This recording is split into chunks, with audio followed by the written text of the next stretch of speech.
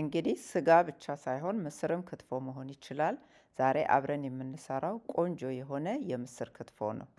ምስር ክትፎውን ለመስራት በመጀመሪያ የሚያስፈልገን ምስሩን መቀቀል ነው። ምስሩን ስትቀቅሉ በጣም እንዳይበስል በጣም እንዳይቦካ እኔ የተጠቀምኩት 2 ኩባያ ምስር 2 ኩባያ ውሃ ወይም ደግሞ 1 ኩባያ ምስር ከሆነ 1 ኩባያ ውሃ እንደምትቀቅሉት መጠን ግን እኩል መጠን ውሃውንና ምስሩን በእኩል መመጠን አለባችሁ። ውሃውን መጥናችሁ ከጣዳችሁ በኋላ ውሃው ሲፈላ ነው ምስሩን መጨመር ያለባችሁ። ያም ያው በጣም እንዳይበስል ይረዳል በሚል ነው። ስለዚህ ውሃውን ትጥዱና ምስሩን በደንብ አድርጋችሁ በደንብ ንጹህ ውሃ እስከሚወጣው ድረስ ታጥባላችሁ። ከዛ በኋላ የጣዳችሁት ውሃ ሲፈላ እዛ ላይ ምስሩን ትጨምራላችሁ። ምስሩን ከጨመርኩ በኋላ እኔ ትንሽ ጨው፣ ትንሽ ኮሮሪማ እጨምሬበታለሁ። ምስሩን ስቀቅል ማለት ነው። ቆንጆ ጣዕም እንዲኖረው የኮሮሪማውን በተለይ ይዞት እንዲበስል ብዬ ነው። ምስሩ ሲበስል ውሃውን አናጠነፍፍም፣ በራሱ ውሃ እንዲጨርስ። ለዛ ነው መጀመሪያ መጥነን የምንጨምረው።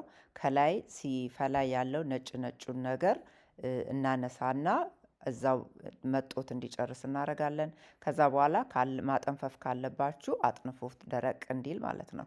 ምስሩን ካጠነፈፍን ወይም ደግሞ ከጨመቅን በኋላ ደረቅ ሲል ክትፎውን ወደ መስራት እንመጣለን። እኔ እዚህ ጋር የተነጠረ ዘይት ስላለኝ በተነጠረ ዘይት ነው የምሰራው። ልክ እንደ ማንኛውም ጊዜ ክትፎ እንደምንሰራው ዘይቱን እናረጋለን። ከዛ በኋላ ሚጥሚጣ እናረጋለን፣ ኮሮሪማ እናረጋለን፣ ጨው እናረጋለን።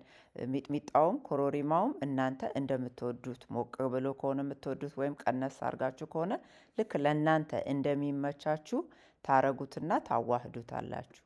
በደንብ አድርጋችሁ እሳቱን በጣም ቀንሳችሁ፣ እሳት ባታረጉም ራሱ ያው ዘይት ስለማይረጋ ምንም ችግር የለውም።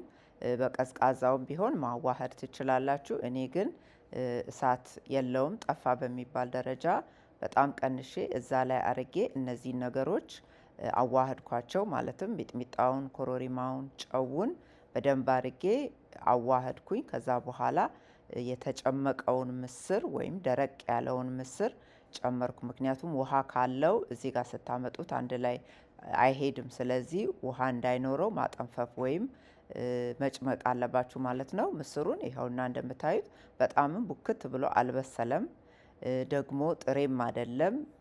ስለዚህ ቆንጆ ሆኖ ውሃውን ለክተን ስለጨመር ቆንጆ ሆኖ በስሏል። በደንብ አርጋችሁ ከኮሮሪማው ከዘይቱ ጋራ ታሹታላችሁ። በደንብ አርጋችሁ ካዋህዳችሁት ወይም ከቀላቀላችሁት በኋላ እንደዚህ የምታቀርቡበት እቃ ላይ ታረጉና እንደ ማንኛውም ጊዜ ክትፎ ስንሰራ በደንብ እንደምናዘጋጀው ታስተካክሉታላችሁ። ሽታው ልነግራችሁ አልችልም። በቃ የኮሮሪማው የጾም ክትፎም አይመስልም። ልክ የእውነት ክትፎ እየሰራን ያህል ነው የሚሸታው። ጣዕሙ ራሱ በጣም ቆንጆ ነው። ይሄ ለማባያ ቀላቅለ ለመብላት ለአይነት ደግሞ አንዳንድ ጊዜ እንደዚህ ዝግጅት ሲኖርብንም ለማቅረብ በጣም አሪፍ ነው። ከስጋ ያልሆነ ግን ደግሞ እንደ ስጋ አስበን ወይም በስጋ ፋንታ መመገብ የምንችለው ማለት ነው። ለማቅረብም እንዲሁ ደግሞ ለማዘጋጀትም በጣም በጣም ቀላል የሆነ ነው። ይሄንን መሞከር አለባችሁ። እንዴት እንደሚጣፍጥ በእውነት ልነግራችሁ አልችልም። በጣም ይጣፍጣል። እዩት፣ እዚህ ጋር ስታዩት መልኩ በጣም ያምራል። ጾም ባልሆነ ጊዜም እንደዚህ ሰርተን መብላት አለብን። በጣም ቆንጆ ነው። ከላይ እንደዚህ የማፈሰው ዘይት ትንሽ ሚጥሚጣና ትንሽ ዘይት አርጌ ቀላቅዬ ነው ቆንጆ እንዲሆን፣ ከላይ ድርቅ እንዳይል ትንሽ ፈሰስ ስላረግበት ብዬ ነው። ይሄውና ከላይ ፈሰስ አርጌበታለሁ። በጣም ነው የሚያምረው። በቃ እንደዚህ ስታዩት ራሱ አያስታውቅም ማለት ይቻላል። የሚጥሚጣውም ከለር መልኩን በደንብ አድርጎ አሳምሮታል። በጣም ቆንጆ ነው። ትወዱታላችሁ። እንደዚህ ሰርታችሁ ሞክሩት። በጣም ይጣፍጣል። አዲስ የሆናችሁ ሰዎች ይህንን ቻናል ለመጀመሪያ ጊዜ የምታዩ ሰዎች ሰብስክራይብ አድርጉ፣ ቤተሰብ ሁኑ። እንደዚህ አይነት ሌሎች ቪዲዮዎችን ቶሎ ቶሎ እሰራለሁ። ቪዲዮ ሲሰራ እንዲደርሳችሁ የደወል ምልክቷን ተጫኑ። ዛሬ አብራችሁኝ ስለነበራችሁ አመሰግናለሁ። በሚቀጥለው በሌላ ቪዲዮ እስከምንገናኝ ሰላም ሁኑ።